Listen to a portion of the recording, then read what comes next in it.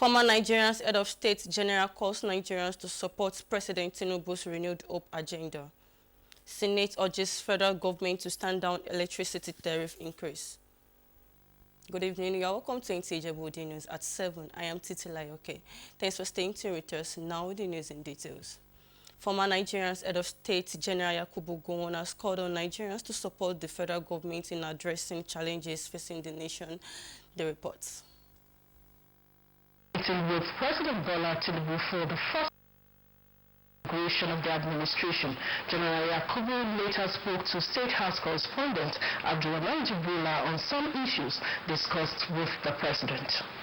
We've got Nigerians have to give the president time to get things evenly done, and it is too early to sort of say yes, that absolute result, perfect result would be achieved now. So that is my opinion. At least I know. I think if I remembered, I was told that I was fighting the war. I was too slow, and probably Nigeria should not make it, and that we should not seek for a discussion, well,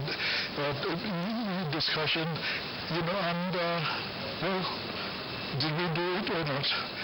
They probably do not know the problem on the ground. The former head of state also made remarks on the developments in the Economic Community of West African States, ECOWAS.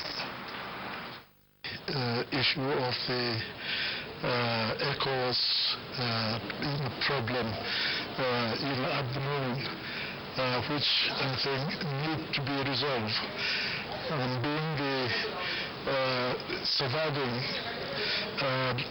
leader or founding fathers of the ECOWAS, I think we have to discuss some of his plan in order to see what can be done to bring the matter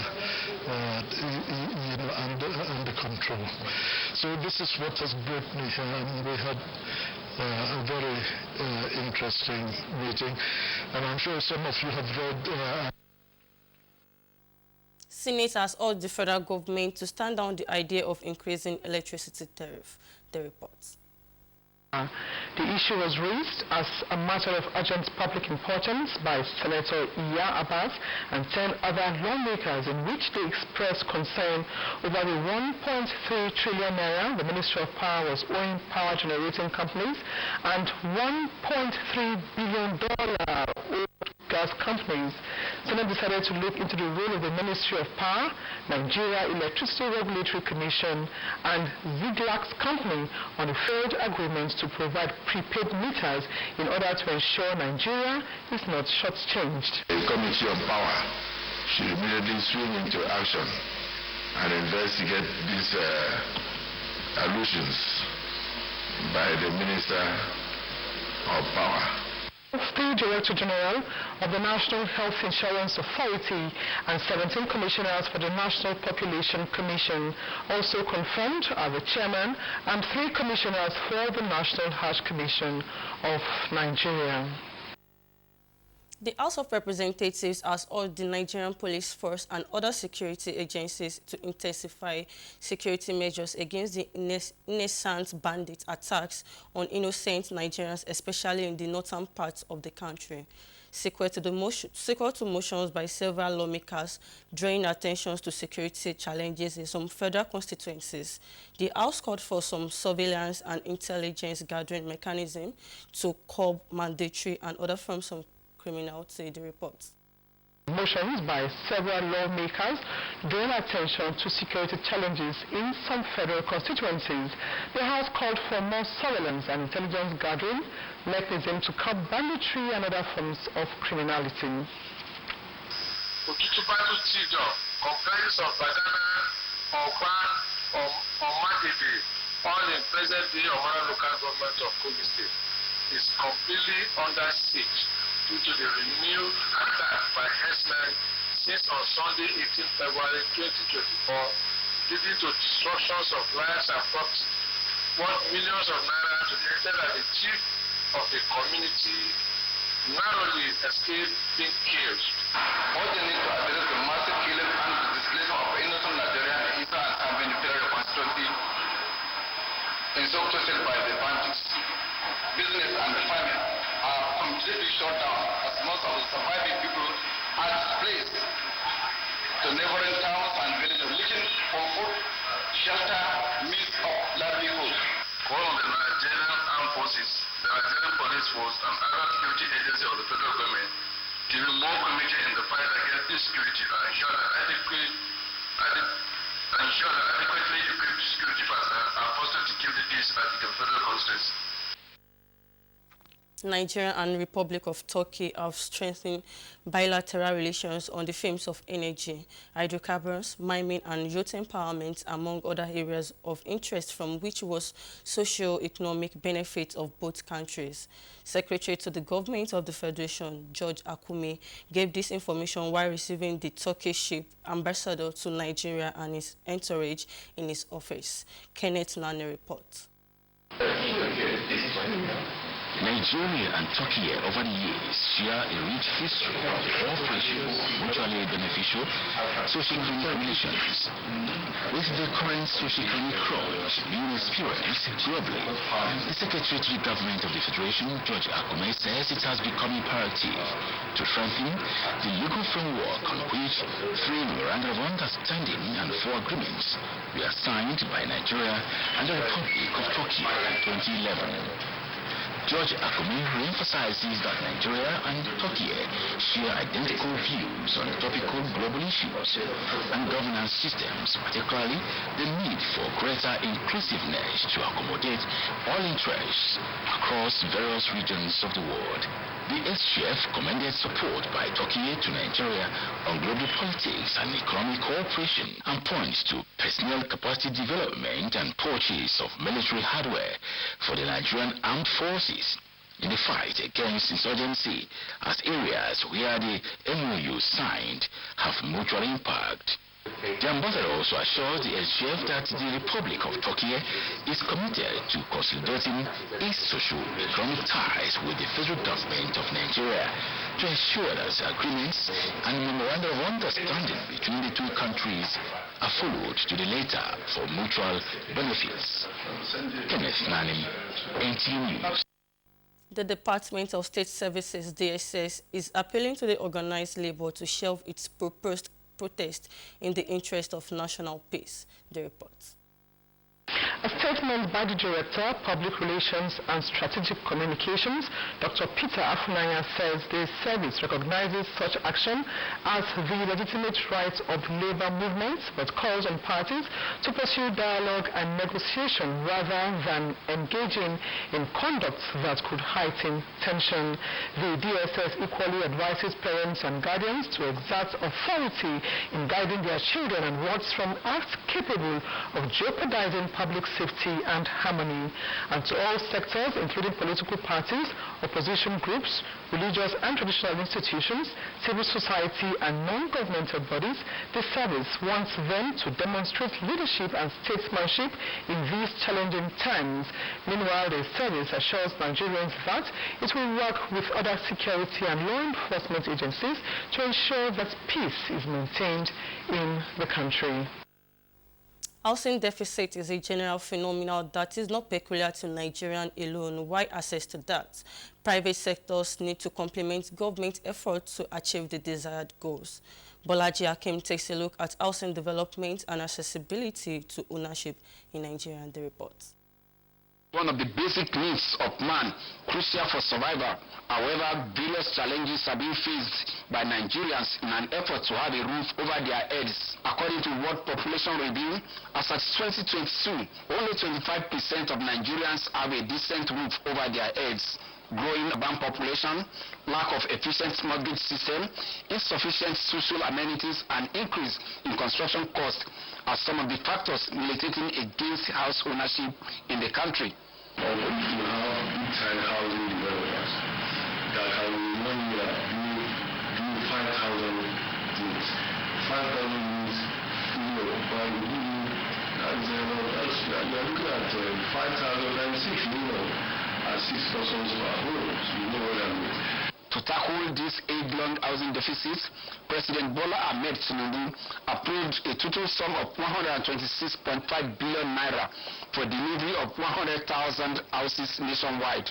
While this move has been described as a right step, experts believe that more still needs to be done, especially in addressing bottlenecks, making workers' access to mortgage facility cumbersome. One of the things we need to go back to and look at was our what houses, the large houses. Now, somehow, we've abandoned that and they've gone. But there are economies that wouldn't have done that. What we should do also to improve the mortgage industry to make it more efficient for people to use mortgage to own, to buy or renovate a property. Stakeholders believe that government-private partnership and a working mortgage arrangements by mortgage banks will reduce the stress and difficulty faced by Nigerians, especially civil servants' quest to have a place called home, because it provides security, personal safety and protection from weather, as well as prevents health issues and diseases. In Lagos, Bolaji Akin, NTA News. 7 and retired staff of NTA Abeokuta are being encouraged to contribute to their quota to the success story of the station to take it to the next level. This came to the first at an annual get-together by members of Contributory Pensioners Association of Nigeria, OPAN, NTA Abeokuta chapter, held at Ogbe premises of the station. Akim Jimo reports.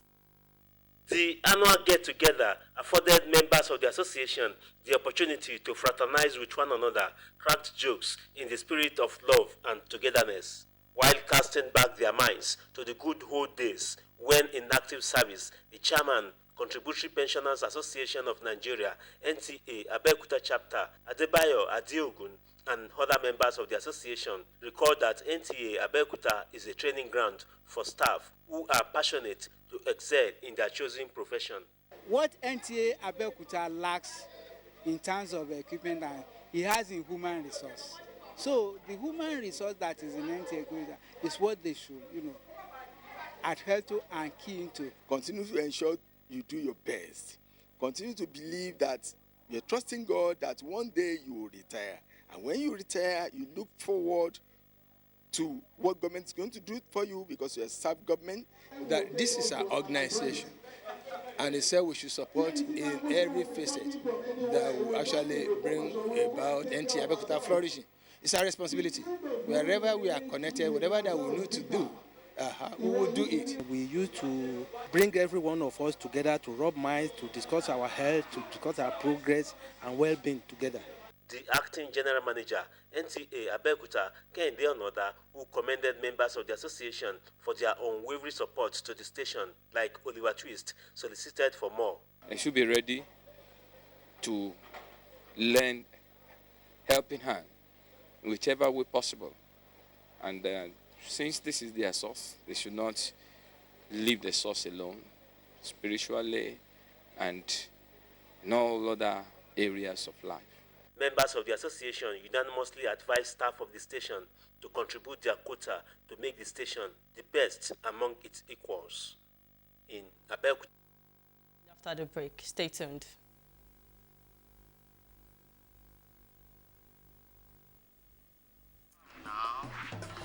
Why did you sweat like Umrova? My uncle no go bike. Uncle! What's up, Uncle? Meet Andy. He has come to ask for my hand in marriage. Good morning and good afternoon, sir. What about good night? Are you seeing a movie? What nonsense! Son, you are in control. No, sir. It's my parents in the village. I'm doing a video call since they can't be here. Bẹ̀rẹ̀kẹ̀tẹ̀ jẹ́ àǹfààní ọgọ́rùn-ún mẹ́fà owó ìpè ọ̀fẹ́ àti àfikún ìdá ẹ̀ẹ́dẹ́gbẹ̀rin ní gbogbo ìgbà tó o bá fowó sórí ẹ̀rọ ìpè rẹ pẹ̀lú àfikún tó tó ìdá ọgọ́rùn-ún lórí ètò dátà.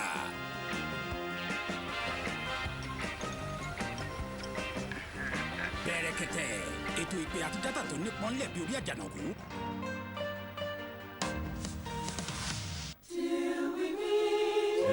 With gratitude to God for a life well spent at the vineyard of the Lord, Adegboyega O. Odutola announced the call to eternal glory of their father, grandfather, husband, brother, and uncle, Pastor Olufmilayo Adeyemi Odutola, who departed this world to be with the saints of heaven at the age of 85.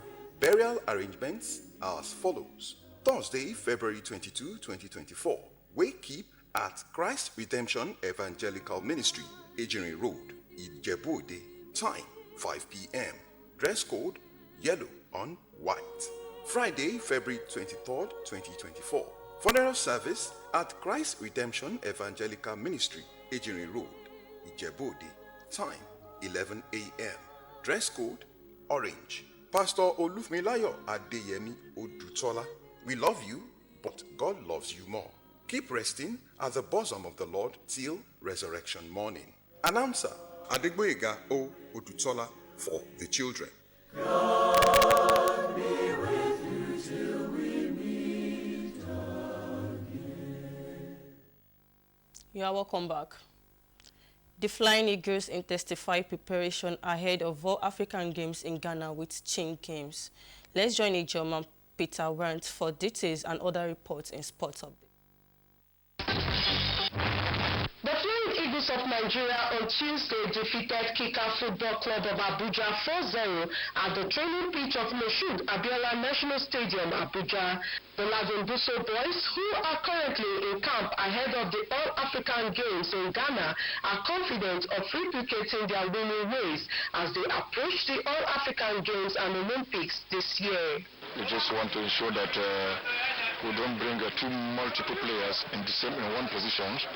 So as soon as they're in the camp, we look at their fitness level, and after that we start the blending. When we talk of Africa, we know how it's going to be. It's going to be difficult. It's going to be hard. So therefore we have to prepare. We have to train. We have to be committed. And we have to be disciplined. Meanwhile, Sir Jim Ratcliffe deal to buy a 27.7% stake in Manchester United has been completed. The British billionaire's investment is worth about $1.6 billion, 1.25 billion euro. The Glazer family, who have owned the 20-time English champions since 2005, will retain a majority stake in the club. The Ratcliffe Group will take control of football operations. In tennis, Andy Murray has earned his first win of the 2024 season with a superb performance to beat Francis Alexander Muller in the Qatar Open first round. The three-time Grand Slam champion also said he was determined to produce performances he knew he was still capable of, and his level against Muller was certainly a step in the right direction. With Sports Update, Ijoma Peter Wendt, NTA. And that's all we have for you for tonight. Until we meet next time, I remain Titilai. Okay. Good night.